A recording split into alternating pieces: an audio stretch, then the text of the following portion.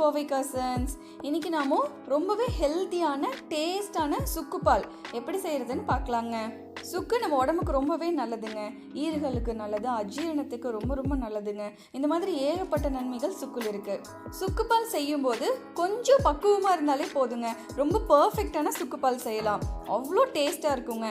இது வரைக்கும் நீங்க ட்ரை பண்ணலனா இப்போ கண்டிப்பா ட்ரை பண்ணுங்க, உங்களுக்கு ரொம்ப பிடிக்குங்க. வாங்க சுக்கு பால் எப்படி செய்யறதுன்னு பார்க்கலாம். இதுக்கு முன்னாடி நீங்க கோவை கசன் சேனலை சப்ஸ்கிரைப் பண்ணினா கோவை கசன் சேனலுக்குள்ள போயிட்டு சப்ஸ்கிரைப் பட்டனை கிளிக் பண்ணிட்டு பக்கத்தில் இருக்க பெல் ஐக்கானையும் கிளிக் பண்ணிக்கோங்க. அதுக்கு மேலே இருக்கிற ஆல் அப்படிங்கிற பெல் ஐக்கானையும் கிளிக் பண்ணிங்கன்னா நாங்கள் போடுற எல்லா வீடியோவும் உங்களுக்கு உடனே கிடைக்குங்க.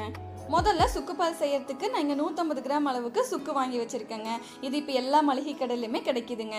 இப்போ இது நல்லா 1-2 தட்டி எடுத்துக்கலாங்க.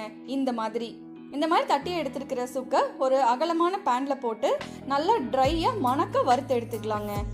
வறுக்கும் போது கேஸ் ஸ்டவ் மீடியம் ஃப்ளேமில் வச்சுட்டு வறுத்து எடுத்துக்கோங்க. இதனுடைய கலரும் மனமும் வந்ததுக்கு அப்புறமா கேஸ் ஸ்டவ் ஆஃப் பண்ணிட்டு ஒரு தட்டத்தில் போட்டு நல்லா ஆற வச்சு இதை மிக்சர் ஜாரில் சேர்த்து நல்லா பவுடர் பண்ணி எடுத்துக்கோங்க. இந்த மாதிரி அடுத்தது ஒரு பாத்திரத்தில் நாங்கள் 3 டம்ளர் அளவுக்கு மாட்டுப்பால் எடுத்துக்கிறேங்க. நீங்கள் எந்த பால் எடுத்துக்கிட்டிங்கனாலும் இதே ப்ரொசீஜர் தாங்க.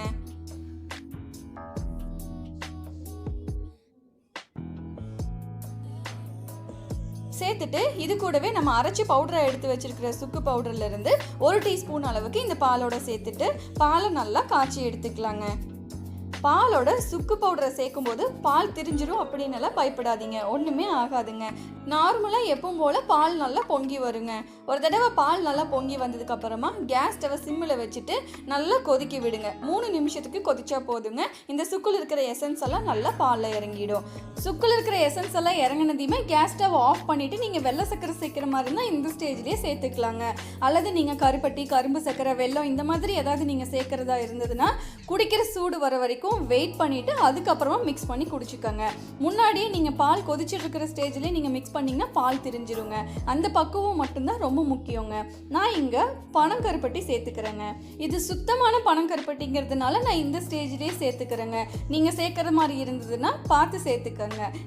சேர்த்துட்டு இதை நல்லா ஒரு தடவை மிக்ஸ் பண்ணி விட்டுட்டு வடிகட்டி எடுத்துக்கலாங்க.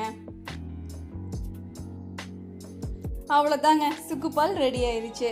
இது வரைக்கும் நீங்கள் ட்ரை பண்ணலின்னா கண்டிப்பாக ட்ரை பண்ணி பாருங்கள், ரொம்ப டேஸ்ட்டாக இருக்குங்க.